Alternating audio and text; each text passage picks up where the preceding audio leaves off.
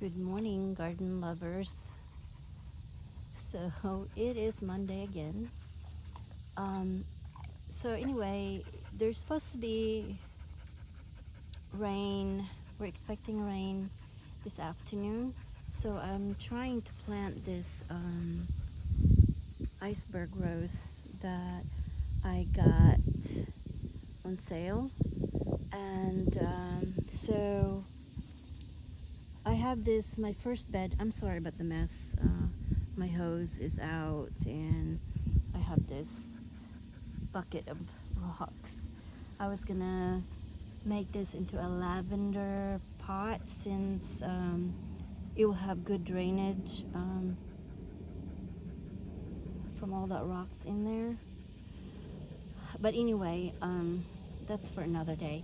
So this bed right here is one of my first beds. It's just around and it's been neglected. So there's like weeds in the cracks of the bricks that I use as a an edger and as an edge. So anyway, you know, it, like I said, it's been neglected. I have a little marginal water plant here. It didn't bloom this year, but it's a thalia, and it's in a pot, like a mini water garden. But anyway, so this bed, I originally wanted this to be my herb garden, and so hence the chives, which is blooming beautifully. And there's a lot of wasps. I already got bit twice, and they hurt so bad. A couple of nights ago, after I got bit, I couldn't even sleep from the pain. But anyway, so in this bed I have the chives, and then I have the obedient plant, or Physostagia, and it's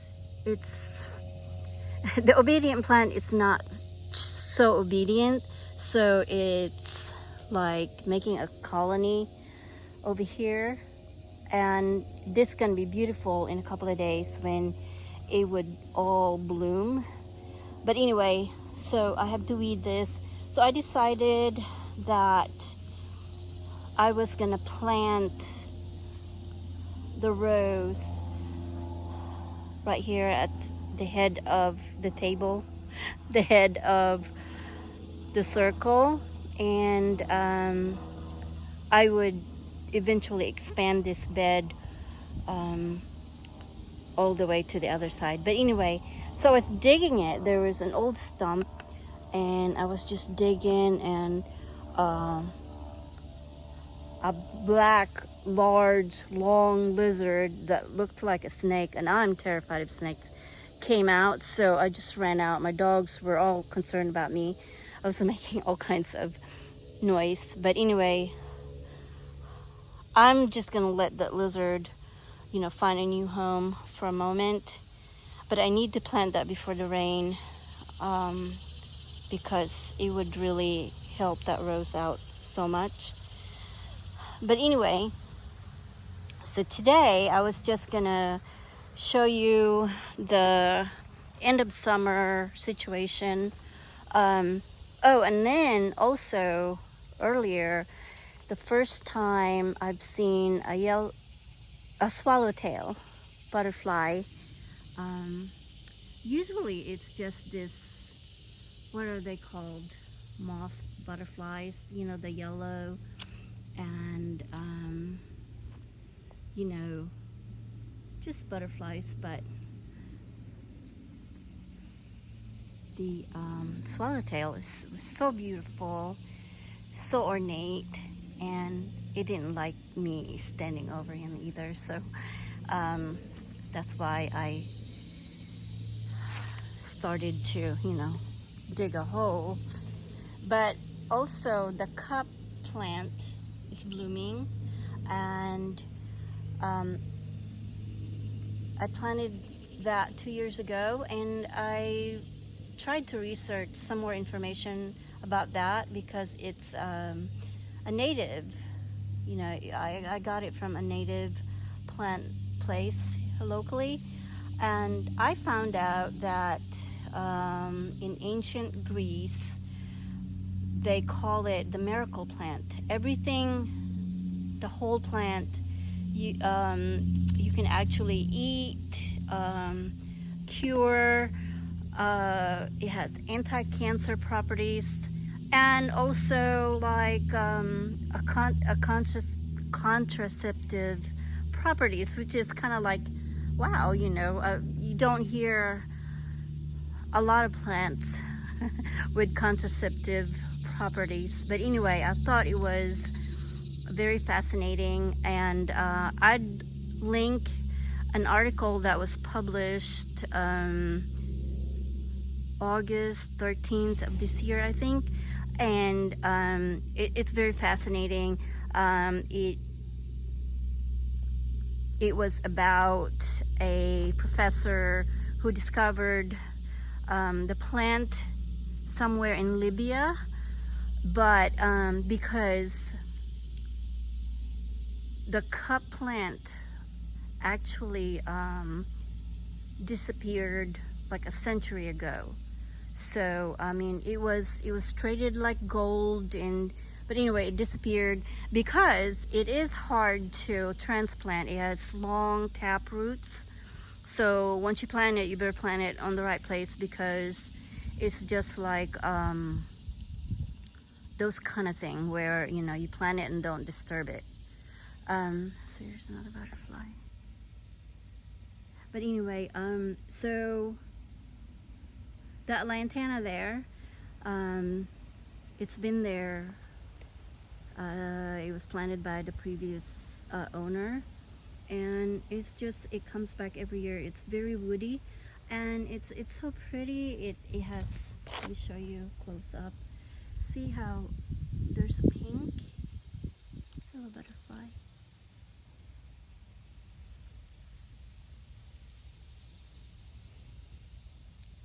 It's like, I think it's a bicolor, but let me show you another. See how it's pink, but then it's also like orange and yellow. See,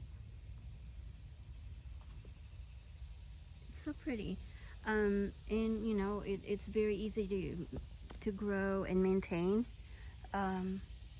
This is my echinacea purple cone flower bed, and I never fertilize or do anything special with that. But anyway, so lots of leaves. Hubby actually blew it the other day, and you know, 5 minutes later, there they are again. So I want to show you something from that I haven't showed you before, from the very front of our property. Like I said, I'm sorry, I have lots of odds and ends that needs to be put away, but it's been so hot, it's not even funny.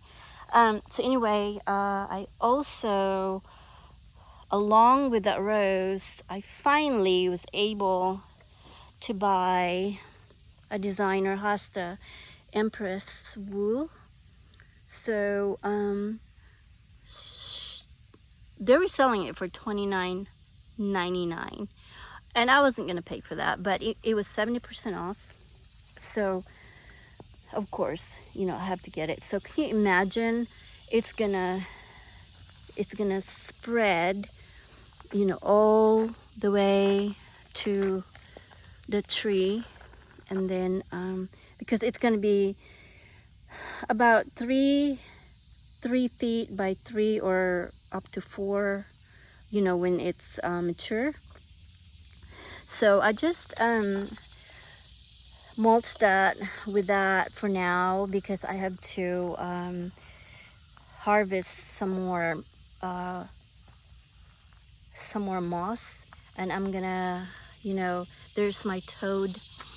I have a toad house.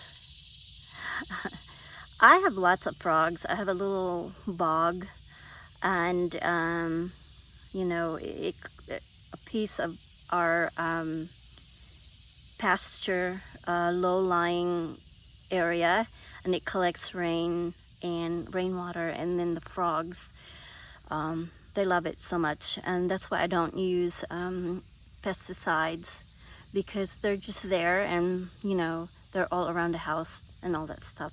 But anyway, so I thought I would continue the moss and let it grow all the way there, and because I love moss so much, and the,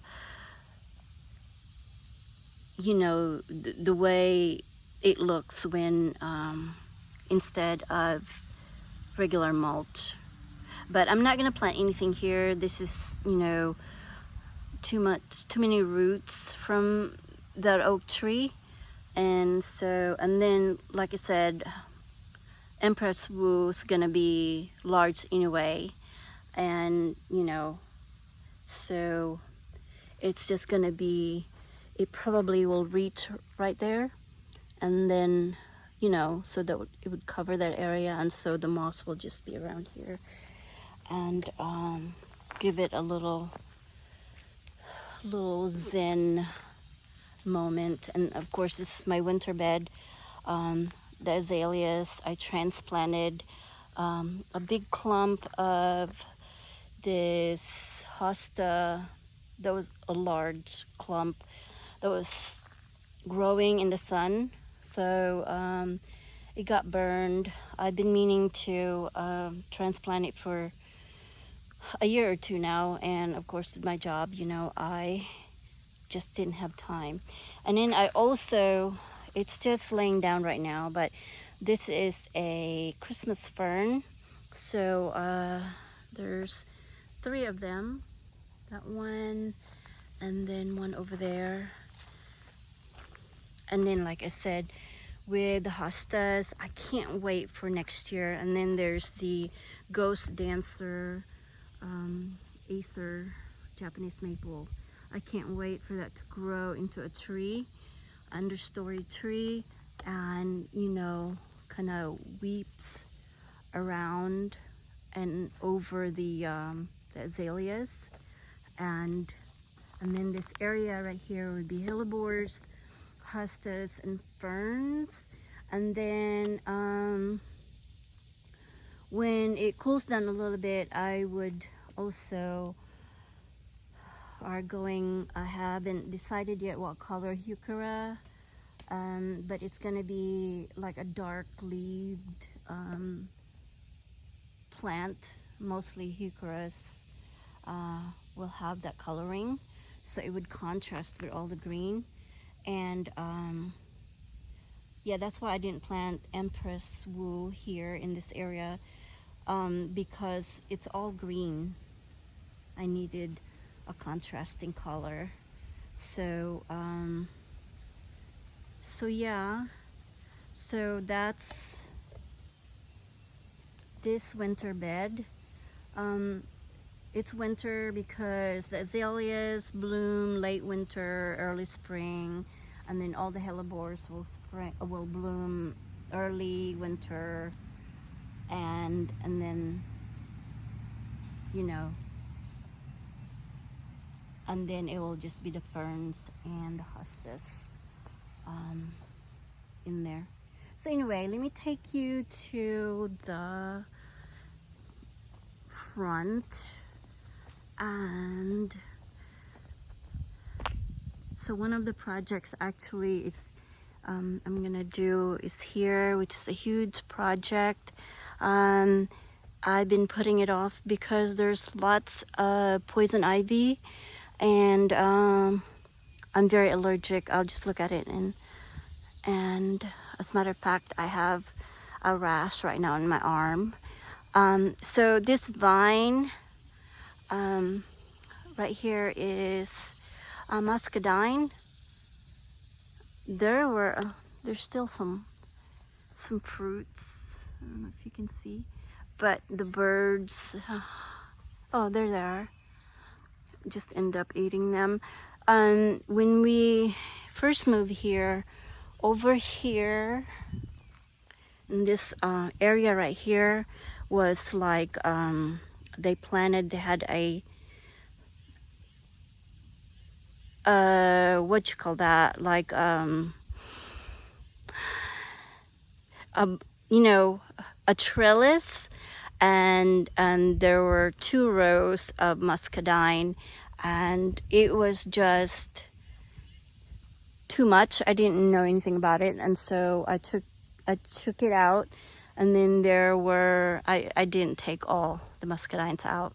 So, but anyway, wouldn't that, like, it just looks so like secret,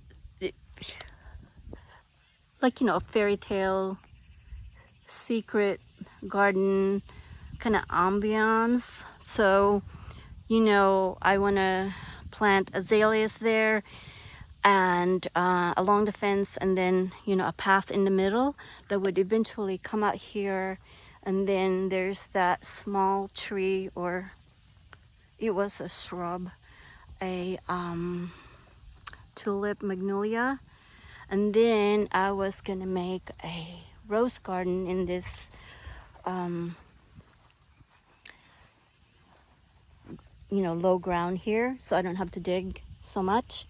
And look, there's so many wasps, and you know, they nest in the ground, and they hurt so bad. But anyway, so it's going here, and let me show you. I haven't watered what I planted here, and it's another project as well that I'm gonna do. Reimagine, take out some of the daylilies. They're just the native daylilies, which is the orange, which is beautiful, but then they make a big mess after they bloom. So this is our main road, and so when you come in, this is to the left, and I have this little tree. Like I said, it's so far away to water, so I just let them fend for themselves. So when it gets really hot, it loses leaves, but you know, it recovers. It's been there probably 10 years now. So I planted the Nepeta 6 Hills Giants to make a circle around the tree. I still need to fix that so it would cover some of the bald spots areas, and edged it with, you know, a good size mini boulder or big rocks that I harvested from the side of the roads. So anyway, so the 6 Hills Giants Nepeta right now, it could have been better with the blooms if I cut it down, but I didn't. I just left them, and the bees actually love them. And so beside it, I saw a planting from one of the stores in the bigger town by us, and it was a white and the purple in the middle, and it's kind of like a prostrate type of plant, meaning, you know, it's like hanging basket type plants. So oh, look at that.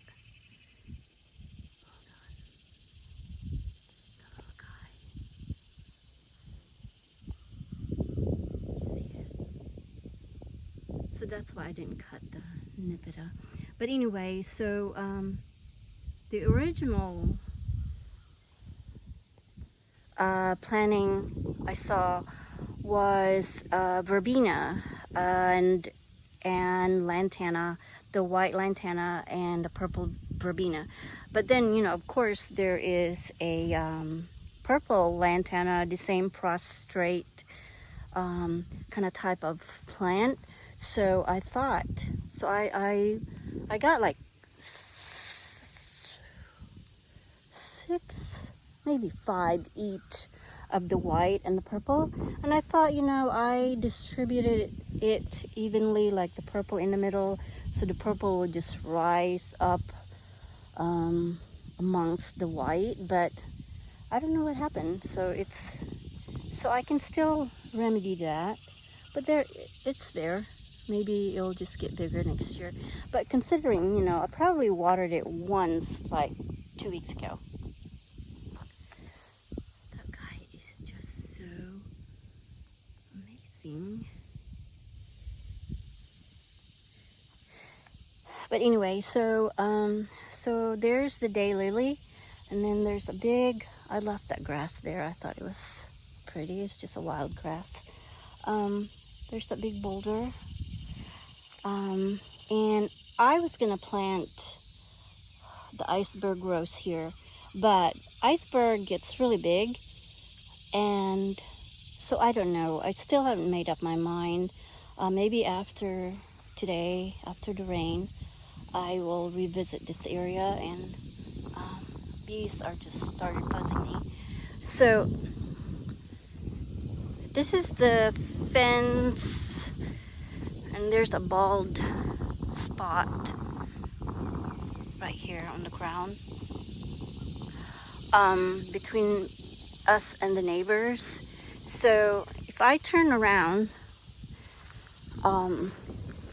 the view is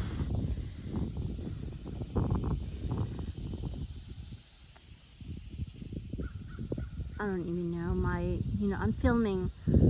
I'm using my phone filming this. If I have like a good camera that could capture the view, like this is, you know, shady, there's oaks, and I can certainly clean up all this weeds growing underneath the oak.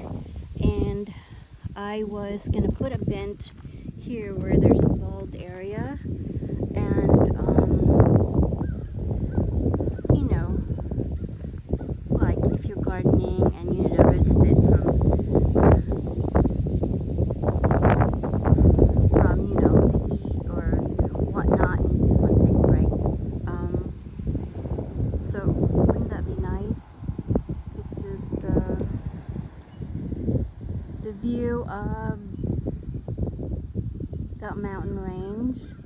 And so I was thinking that behind the bench I would plant that wild rose that is growing where my fig is. I'm taking over there. Have a little, like, you know, just you know, 2 poles and a goat fencing, metal fence, and just let the rose grow behind the bench. And then, you know, who knows, some plantings around it. So maybe in pots, so I don't have to deal for now. But so that's why I go to estate sales and whatnot to find, because I wanted it to be like the benches that you would have found like in the French countryside. It's like a metal, or you know, but push come to shove, I can always get like a concrete bench of some sort. So anyway, so I thought I'd share that, since, you know, I only share my front garden with y'all. It's just because, you know, this is the first year that I'm able to really spend time in the garden and take care of it, and not to worry about anything else. So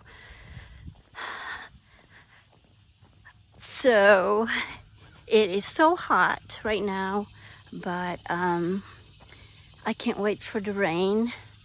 And so I hope you guys are staying cool. Uh, if you are, experiencing the heat wave like me. So, and I hope, you get the chance to get out there, even just to, admire the butterflies. I cannot believe just how much joy you get just by observing the bees and the butterflies from your garden. From, you feel kind of like, oh, I made that, and then these beautiful creatures are taking advantage and, getting food from the fruit of your labor. So I hope you at least get to do that. And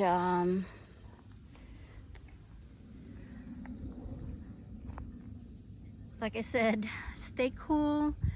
Don't work too hard. Enjoy the fruits of your labor along with the wildlife.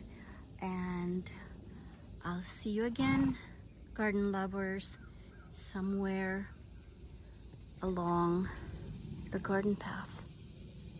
Bye.